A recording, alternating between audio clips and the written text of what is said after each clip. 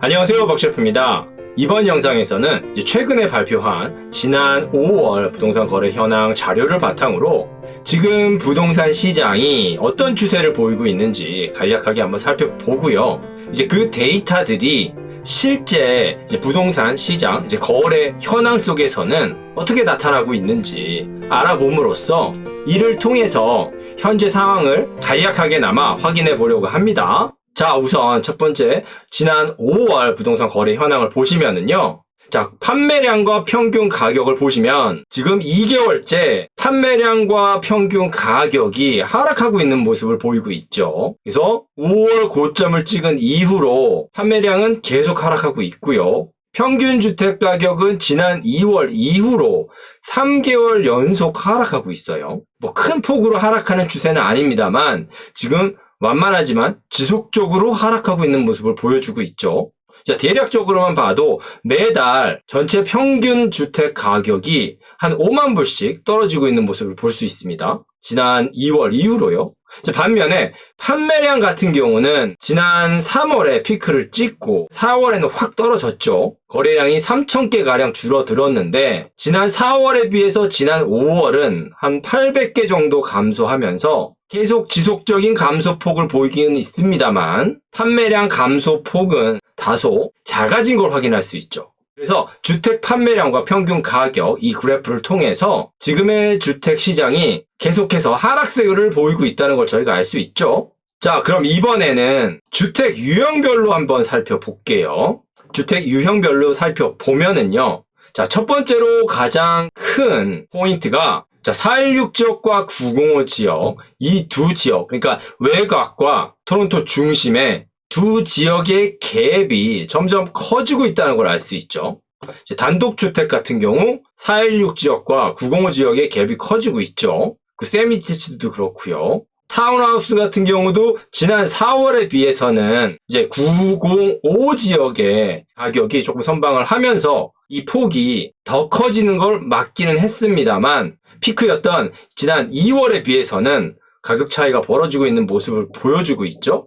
반면에 콘도 같은 경우는 아주 미세한 폭입니다만 416 지역에 비해서 905 지역의 콘도 가격이 살짝 오른 걸로 나와 있죠. 토론토 중심 416 지역 같은 경우는 계속해서 지금 하락세를 보이고 있고요.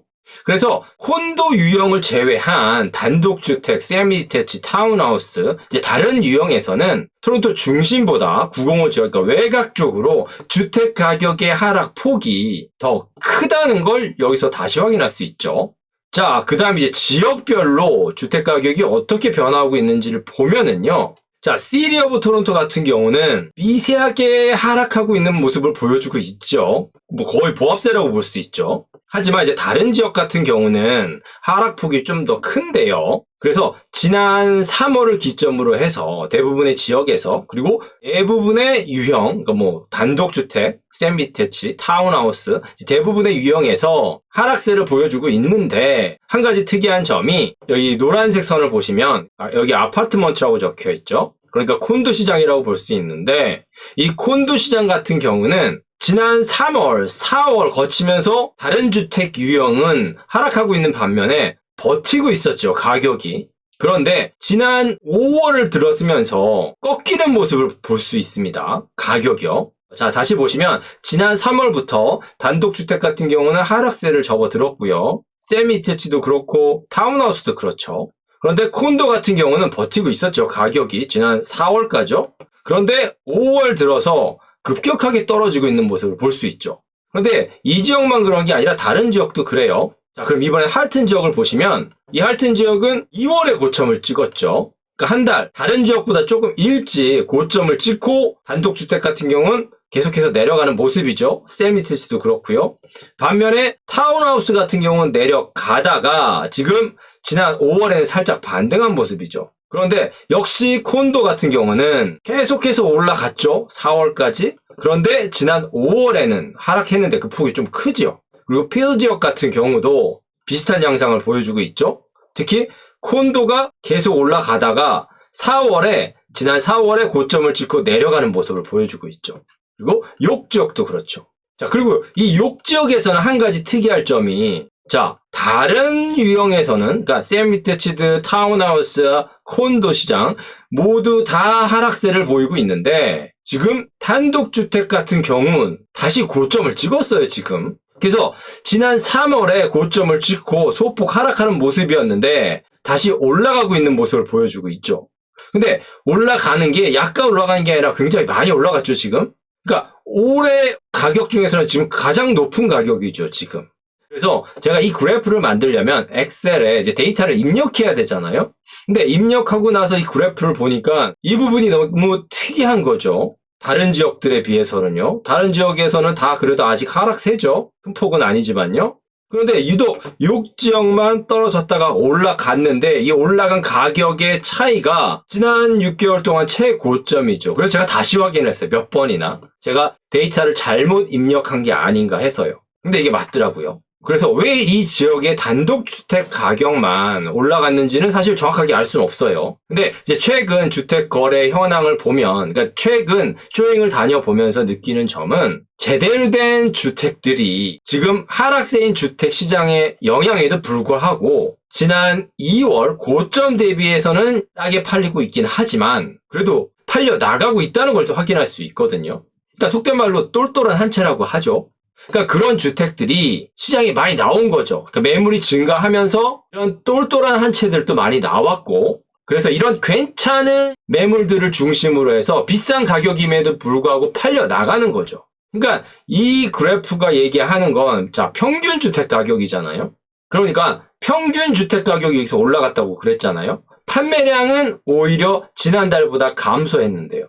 그 얘기는 비싼 집이 많이 팔렸다는 거죠. 그러니까 집이 비싸려면 경쟁이 붙던가, 경쟁이 비싸서 원래 가치보다 더 올라가던가, 그게 아니면 원래 그만큼 비싼 가치를 가지고 있는 집이어야겠죠. 그래서 제가 똘똘한 한 채라고 얘기를 하는 거죠.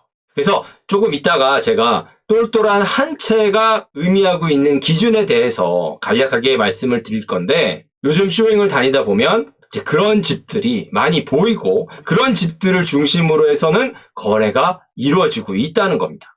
그래서 그 이유가 다는 아니지만 그런 팩트가 이렇게 그래프 상으로도 보여지는 게 아닐까 하고 생각해 보는 거죠. 자, 그 다음에는요. 자, 데이온 마켓이죠. 그러니까 매물이 시장에 나와서 얼마나 체류하고 있느냐인데, 자, 여기 보시면 지난 5월이 18일이에요. 그러니까 평균적으로 새로운 매물이 시장에 나온 다음에 팔려 나가는 데까지 18일이 걸린다는 거죠. 자, 전으로 돌아가 보면 작년 7월에 20일로 가장 높았어요. 근데 이 이후에 가장 높은 시간이 소요되는 거죠. 매물이 팔려 나가는데요. 그리고 또 하나 보시면은, 자, 작년 7월 이전에는 매물이 시장에 나왔다가 소진되는데 이제 이렇게 증가했잖아요. 13일, 14일, 15일, 17일, 20일 이렇게 팔려나가는 시간이 증가했는데 이 증가세를 보면, 자, 3월, 4월, 5월, 6월, 7월 그래서 하루, 이틀, 3일 그렇게 가파르지가 않죠. 이 7월에 가까워지면서 가파라지긴 했지만요. 그 전에는 하루씩 증가했죠. 그랬다가 작년 7월에 20일이라는 고점을 찍고 다시 매물들이 시장에서 소진되고 있죠. 판매가 이루어지고 있는 거죠. 그리고 나서 작년 말에 잠깐 머뭇거리다가 올해 2월에 확 하고 떨어졌죠. 그래서 이 당시에는 시장에서 매물 보기가 어려웠죠. 이제 그랬던 시장이, 자, 2월을 지나고 3월로 가면서 2일, 3일, 4일 지금 가파르게 증가하고 있죠. 그러니까 이 얘기는 시장에 매물들이 나오고 잘 팔려나가지 않는다는 거죠. 자, 그리고 한 가지 더 보시면은요. SNLR 변화량 추세를 보시면은요. 이 수치가 밑으로 내려가면 내려갈수록 바이어 마켓이라 그랬죠. 웬만한 마켓은 지금 바이어 시장에 도달했는데 한 가지 크게 달라진 부분을 보시면, 그러니까 여기 보시면 이 주황색이 시티 오브 토론토고, 그러니까 이게 416 지역이죠. 그리고 이 파란색이 나머지 지역들을 다 아우르는 광역 토론토 905 지역이라고 볼 수 있는데, 이 파란색 선이 4월을 지나고 5월로 오면서 시티 오브 토론토의 주황색 선보다 밑으로 내려가는 모습을 볼 수 있죠. 그러니까 여기서 보면 욕 리즌 때문에 시티 오브 토론토가 지금 안 보이죠. 주황색이. 그런데 확실한 건 이 파란색 광역 토론토 전체 평균 값이 시티 오브 토론토보다 밑으로 내려간 건 확인할 수 있죠. 그러니까 토론토 중심보다 외곽이 더 빨리 바이어 시장으로 전환되고 있다는 거죠. 자, 그래서 이까지는 이제 제가 매월 이제 토론토 부동산협회에서 발표한 통계 자료를 바탕으로 그래프화 시킨 내용들이고요. 다른 곳에서 제가 몇 개를 더 가지고 와 볼게요. 자, 이 그래프를 보시면요. Weekly termination as percent of sold라고 얼마나 터미네이션이 되고 있느냐는 거죠. 그러니까 주택을 판매하기 위해서 계약을 체결하고 이제 매물들이 시장에 나오죠. 그랬는데 팔리지 않아서 이제 걷어들이는 거죠. 뭐 팔리지 않아서 걷어들일 수도 있고 셀러가 마음이 바뀌어서 걷어들일 수도 있고 여러 가지 리즌이 있겠지만 판매를 하기 위해서 리스팅이 되었던 매물들이 다시 걷어들여지는 거예요. 그러니까 결국 팔리지 않았다는 거죠. 그 비율이 이만큼 올라갔다는 겁니다. 416 지역, 그러니까 시티 오브 토론토 지역의 콘도 유형입니다. 근데 이 빨간색 선이 2017년인데 2017년보다 지금 훨씬 높죠. 자, 그리고 이번에는 416 지역의 단독주택인데 이 빨간색이 2017년이죠. 그리고 파란색이 하늘색이 이제 올해인데 지금 2017년도와 지금이 굉장히 비슷한 모양으로 가고 있죠. 5월 중순 들어서는 2017년보다는 상황이 나아졌죠. 그런데 우상향하는 모습은 비슷하죠. 자, 그리고 이번에는 sold price as percent of list price라고 실제 리스팅 프라이스보다 얼마나 비싸게 팔렸는지 보여주는 거죠. 이 그래프가. 그래서 빨간색이 GTA, 광역 토론토 전체, 그리고 파란색이 416 지역 시티 오브 토론토인데 여기 보시면 올해 4월 달에 보면 이까지 내려왔죠. 올해 1월, 2월에는 지금 116%였어요. 그러니까 리스팅 프라이스보다, 그러니까 에스킹 프라이스보다 116% 비싸게 팔렸는데 지금은 104% 밑으로 내려왔죠. 그래서 지금 여기 보시면 자, 1월에 112.7에서 이렇게 내려왔다는 거고 감소했다는 거고 그리고 905 지역 같은 경우도 2월과 3월에 피크를 찍고 내려가고 있다는 거죠. 그런데 보시면 하락세긴 하락세입니다만 아직 엑스킹 프라이스보다 비싸게 팔리고 있죠. 평균적으로요.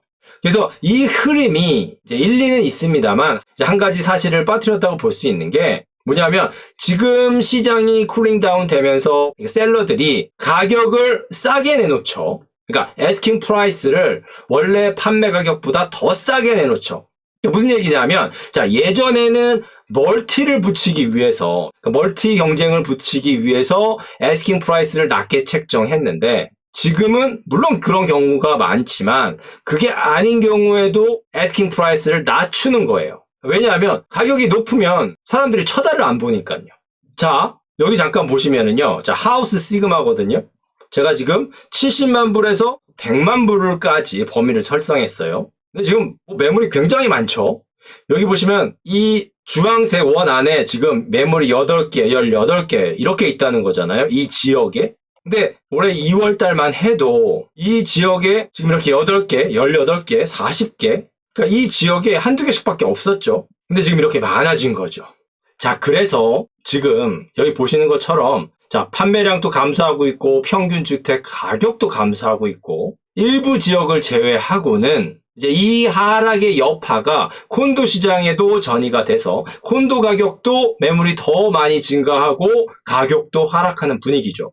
그런데 이제 이렇게 하락세임에도 불구하고 제가 아까 전에도 잠깐 말씀드렸지만 소위 똘똘한 한 채를 중심으로 해서 주택들이 많이 팔려나갔던 이유 중에 하나가 지금 이렇게 하락세지만 이런 하락세가 계속되지는 않을 거라는 그런 수요 심리가 있었죠. 주택가격이 하락하고 있지만 앞으로도 계속 하락할 거라고만 생각을 한다면 아무리 똘똘한 한 채라도 웬만해서는 안 사겠죠. 그러니까 지금처럼 주택가격이 하락세임에도 불구하고 주택을 샀다는 이유는 지금 내려가고 있는 국면이긴 하지만 조만간 어떤 반전이 있을 거라는 믿음이 있는 거죠. 그래서 사실 지난주까지만 해도 주택시장에 대한 전망이 반반이었죠. 그러니까 지금 금리 인상을 계속하고 있는데 전반적인 경제 상황이 침체 국면에 들어서는 모습을 보이고 있기 때문에 중앙은행에서 금리를 그만 올릴 거라는 자산 시장에 대한 긍정적인 예측 때문에 주택 시장 같은 경우도 하락세는 지속되고 있었지만 좀 긴가민가한 거죠. 그런데 며칠 전에 미국의 인플레이션 레이트가 발표됐죠. 그런데 예상과는 다르게 8.6%를 기록했죠. 자, 여기 보시면 여기는 40년이라고 적혀 있는데 제가 다른 데서 본 건 41년이었거든요. 41년 만에 8.6으로 최고 기록을 세웠죠. 그 지난달에 캐나다가 6.8이었거든요. 캐나다도 더 올라갈 가능성이 높죠. 그러니까 인플레이션이 어느 정도 정점에 달했고 그래서 경기 침체를 걱정해서 이자율을 인상시키는 속도가 주춤해질 거라는 예상이었는데 인플레이션이 이렇게 계속 올라가니까 지금 경기 침체를 걱정할 타이밍이 아닌 거죠. 그러니까 그 얘기는 금리가 더 올라간다는 얘기죠. 금리가 더 가파르게 올라갈 수 있다는 얘기죠. 자, 그래서 이 금리 인상에 따라 투자자들의 행동이 어떻게 달라지는지 이 상관관계를 보여주는 그래프가 있어서 가지고 왔거든요. 자, 여기 보시면 이 빨간색 선은 금리가 이제 인상되는 모습을 보여주고 있고요. 이 파란색이 투자자가 주택을 구입하는 비율을 보여주는 건데요. 자, 시작이 2015년이죠. 여기 보시면 파란색과 빨간색이 정확하게 상반되죠. 그러니까 그 얘기는 금리가 이렇게 낮아지면 투자자들의 움직임은 더 활발해진다는 얘기죠. 그래서 금리가 낮아져서 투자자들의 활동이 늘었죠. 구매력이요. 여기 보시면 다시 빨간색 금리가 저점을 쭉 유지하고 있죠. 2015년부터 2017년까지요. 그러니까 2년 동안 저금리가 유지되니까 자, 투자자들의 활동이 올라가는 모습을 볼 수 있죠. 그래서 이제 올라갔어요. 이만큼 올라갔죠. 근데 요 선을 보면 2017년도에 2분기에 금리가 올라가죠. 이때가 부동산 시장이 과열됐다가 이제 냉각될 타이밍이죠. 거기서 금리가 올라가죠. 하지만 투자자들의 수요는 여전하죠. 그랬는데 2017년 4분기에 한 번 더 오르죠. 그러니까 여기서부터 보시면 자, 투자자들이 2017년 4분기에 활동이 하방으로 전환되는 모습을 확인할 수 있죠. 자, 그러니까 다시 보시면 그래서 금리가 낮은 금리로 이렇게 유지되면 투자자들이 시장에 달려들어서 활동을 시작하죠. 그리고 어느 정도 금리가 오를 때까지는 그 활동이 지속되다가 일정 수준의 금리 이상으로 올라가면 이제 투자자들이 시장에서 이탈하기 시작하죠. 여기 보시면. 그래서 여기 보시면 2018년도 쭉 올라갔죠. 투자자들의 활동은 떨어지죠. 계속해서 떨어지죠, 이제. 그러니까 여기서 꺾이면서 구매력이 확 줄어드는 거죠. 그래서 2019년도 이때까지 줄어들었어요, 지금. 그리고 2020년 코로나 사태가 일어났죠. 이때도 바닥이었죠. 그리고 이때 금리가 곤두박질을 치면서 이 금리로 작년 말까지 지금 온 거 아니에요. 그렇죠?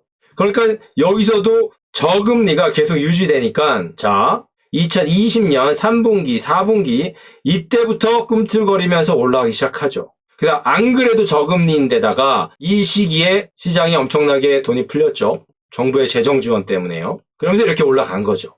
자, 그런데 이 그래프를 보시면은요. 자, 2017년도 계단처럼요. 금리가요. 그래서 아까 전에 본 그래프에 따르면 이 정도 시점부터 투자자들의 활동이 감소세로 나타났죠. 그래서 이 정도부터 감소세로 나타나다가 여기서부터 다시 올라갔었죠. 투자자들의 활동은요. 근데 2020년 지금 보면 금리가 지금 이렇게 올라가고 있죠. 근데 문제는 지금보다 금리가 더 올라간다는 거죠. 그래서 지금 프라임 레이시 3.7이에요. 이제 한 가지 더 보여드리면 자, 메이저 뱅크들의 이자율 레이시인데요. 지금 가장 저렴한 게 지금 4.6이죠. 고점 같은 경우는요. 비싼 곳은 지금 4.84 거의 5% 육박하죠. 그리고 변동 같은 경우도 3.2가 지금 가장 저렴하고요. 그래서 최근에 발표된 인플레이션 레이트이 이 금리 인상의 속도에 불을 붙이는 거는 확실시 되죠. 그래서 이 영향이 분명히 주택 시장에 영향을 줄 텐데 이제 며칠 되지 않아가지고 아직까지는 큰 영향이 보이지는 않아요. 자, 그럼 이제 다시 아까 전에 제가 말씀드렸던 똘똘한 한 채에 대해서 한번 얘기를 해볼게요. 자, 그럼 과연 똘똘한 한 채 기준은 뭘까요? 자, 예를 들어서요. 그 예예요. 항상 이 예가 맞지는 않지만 최근에 솔드가 된 매물인데 제가 예를 들어서 한번 가지고 와 봤어요. 오해는 하지 말았으면 하는 바람이요. 예입니다. 이게 정답은 아니에요. 자, 일단 사진을 좀 보시면은요. 세미디테치거든요. 그러니까 미지사가랑 이토비코 경계에 있는 집인데 행정구역상으로는 이토비코에 속해요. 그래서 렌 트랜스퍼 텍스를 반만 내도 되죠.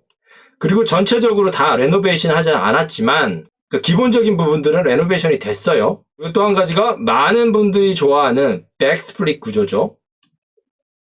개인의 성향에 따라 틀리긴 하겠습니다만 공간 활용도가 더 높죠. 대신 실링이 좀 낮아질 수는 있고요. 그러니까 이런 백스플릿 같은 경우는 어떻게 사용하느냐에 따라서 리빙룸이 2개가 나올 수도 있죠. 바닥은 새로 했고요. 침실은 카펫이네요.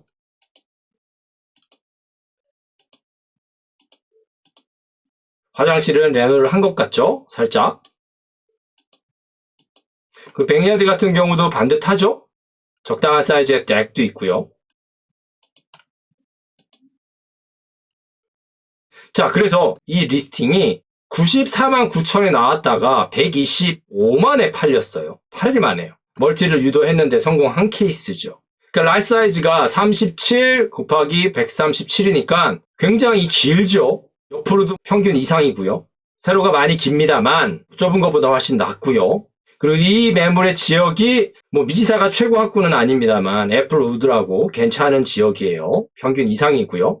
그래서 처음에 이 매물이 이 가격에 나와서 제가 이렇게 싸게 나왔어? 하고 모니터링을 했던 매물 중에 하나거든요. 그런데 가격은 이 가격에 나갔어요. 뭐 고점 대비해서는 저렴하다고까지도 할 수 있는 가격입니다만 지금과 같이 하락세인 시장에서는 멀티로 팔린 주택 중에 하나죠. 자, 이번에는 또 다른 예를 하나 드리면은요. 이 매물은 최근에 제가 쇼잉을 한 매물인데요. 아까 전에 보셨던 매물이랑은 차이가 나요. 아까 전에 봤던 매물은 세미 디태치드인데 이건 디태치에다가 더블 가라지죠. 첫 이미지에서 보셨듯이 일단 실링이 높죠. 제가 처음에 보여드렸던 세미 디태치보다는요. 그리고 건물도 더 새 거고요. 뭐 인테리어 같은 경우는 새롭게 하지는 않았어요. 이제 기록을 보면 이 집이 작년에 구매된 걸로 나오거든요. 이제 그때 레노베이션을 하고 판매가 된 거고 그 이후에는 이제 백야드만 살짝 손을 봤거든요.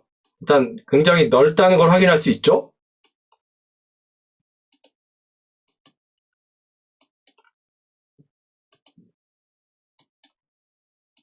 테라스가 있고요. 1층과 2층 중간에 리빙룸이 하나 더 있고요.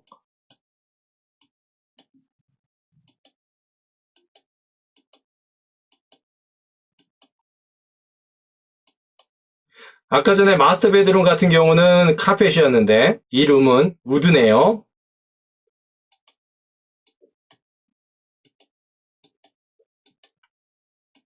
그리고 이 하우스 같은 건 3층인데 1층이 이제 백야드로 연결이 되죠. 근데 이 공간은 피니시가 안 됐어요. 지금. 그리고 이게 백야드고요. 자, 여기서 보시면 앞쪽은 2층인데 뒤쪽이 3층인 거죠. 그러니까 백야드 쪽이 낮은 거죠. 자, 그래서 이 매물 같은 경우는 163만 8천에 나왔는데 183만 불에 팔렸어요. 학군 같은 경우는 이 먼 지역에서 탑 1, 2 하는 그런 학군이고요. 그리고 뭐 단점이 있다면 이 집 앞쪽으로 큰 길은 아니지만 차들이 많이 다니는 도로가 있고 그리고 여기 보시면 라 사이즈가 가로는 괜찮은데 세로가 좀 짧죠. 근데 실제로 가봤을 때는 이렇게 짧아 보이지는 않아요. 워낙 사이즈가 괜찮아서. 한 가지 특이점은 이 집 같은 경우는 처음에 제가 이 163만 8천을 봤을 때는 굉장히 싸다고 생각을 했는데 멀티를 붙이는 것도 아니었어요. 근데 시장에 나온 지 이틀 만에 183만 불에 팔렸죠. 물론 위치도 있고 사이즈도 있어요. 물론 1층에 피니시드가 안 된 공간이 있긴 하지만요. 그래서 고점에 비해서는 이 주택 같은 경우도 뭐 10만 불, 15만 불 적게 팔린 금액이긴 하지만 지금과 같이 하락 추세에서는 그래도 성공적인 거래죠. 셀러 입장에서는요. 왜냐면 제가 통화했을 때 이 셀러는 180만 불이 기대치라고 했거든요. 제가 이 몇 가지 사례를 가져온 이유가 이 똘똘한 한 채에 대한 정의가 제가 말씀드린 이 사례와 딱 맞아떨어지지는 않아요. 정답은 없습니다. 하지만 참고가 될까 해서 제가 가지고 왔어요. 그래서 아까 전에 두 집을 보면은요. 첫 번째로 공통되는 점이 확실한 수요가 있는 지역이에요. 그러니까 무슨 얘기냐 하면 예를 들어서 아까 두 지역 같은 경우는 학군이 괜찮은 지역이에요. 두 번째 같은 경우는 아주 탑이고요. 첫 번째 보여드렸던 집 같은 경우는 그래도 중상위에 해당하는 지역이거든요. 그러니까 자녀를 둔 부모들이 선호하는 지역이죠. 그러니까 이런 바이어들이 항상 지켜보고 있는 곳이죠. 그러니까 그런 수요가 확실한 곳이고요. 그리고 두 지역 다 교통이 괜찮은 편인데 이런 교통에 관련돼서도 수요가 확실하게 정해져 있죠. 그리고 또 다른 예로 편의시설도 똘똘한 한 채의 기준이 되는 요소라고 볼 수 있죠. 물론 제가 방금 전에 보여드린 두 개의 단독주택은 편의시설과는 상관이 없습니다만 콘도 같은 경우는 편의시설이 얼마나 잘 되어 있는지, 예를 들어서 해당 콘도에서 가까운 곳에 그로셔리숍이라든지 몰이라든지 이런 생활 편의시설들이 차를 이용하지 않고 모두 다 가능하다면 그것도 다른 콘도에 비해서는 분명히 경쟁력이 되겠죠. 그러니까 다시 말씀드리면 똘똘한 한 채가 되기 위해서는 확실한 수요가 있는 위치여야 하는 거죠. 그래서 방금 전에 말씀드렸던 것처럼 뭐 교육이 좋던지 교통이 좋던지 아니면 편의시설이 뛰어나던지, 그러니까 확실한 수요를 타겟팅할 수 있는 위치, 지역이어야 한다는 거죠. 이제 그게 첫 번째 조건이고요. 그 다음에 이제 두 번째로는 그 집의 구조적인, 그러니까 프레임을 봐야겠죠. 아까 전에 제가 보여드린 이 집도 그렇고 이 집 같은 경우도 그렇고 사진상으로 봤을 때도 그렇고요. 실제로 쇼잉을 했을 때도 그렇고 죽은 공간이 거의 없었고요. 두 주택 모두 레노베이션이 확실하게 돼 있지는 않았지만 바로 입주해서 수리 없이 살 수 있는 집이었고요. 그리고 구조가 다 반듯반듯하죠. 그러니까 답답한 그런 느낌도 없고요. 물론 두 번째 보여드린 이 주택 같은 경우는 라이 사이즈가 좀 많이 작아요. 세로가. 하지만 그럼에도 불구하고 다른 부분들이 이 단점을 커버해주고 있는 거죠. 자, 그리고 또 하나 키포인트는 이제 동네 소득 수준이라고 볼 수 있고요. 그 해당 커뮤니티의 생활 수준이라고 말할 수 있죠. 자, 여기 보시면 잔디 상태를 한번 볼게요.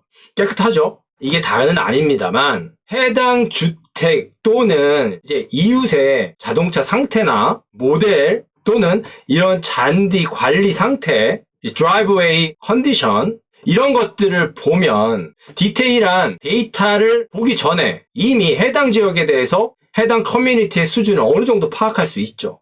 물론 그 이후에 디테일하게 이제 서류상으로 확인해 봐야 합니다만 사실 평균적으로 직접 확인해서 경험한 그 느낌이 대부분 틀리지 않거든요. 자, 그래서 다소 주관적인 의견으로 비춰질 수 있지만 지금의 주택 시장에서는 분명히 똘똘한 한 채가 판매량을 주도하고 있는 시장이거든요. 지금처럼 주택 가격이 하락 조정기인 시기에도 판매가 되고 있잖아요. 물론 핫한 시장에서는 더 잘 팔리겠죠. 그래서 지금 주택 시장이 조정기인데 하락세인데 이 시장이 언제까지 지속이 될지 어떤 외부의 영향으로 다른 방향의 시장으로 전환할지는 아무도 정확하게 알 수 없죠. 이거를 안다고 하는 사람은 사기꾼이죠. 하지만 만약 주택을 산다면 이런 똘똘한 한 채를 사도록 최선을 다해야겠죠. 그리고 지금은 이런 매물도 많아진 상황이고요.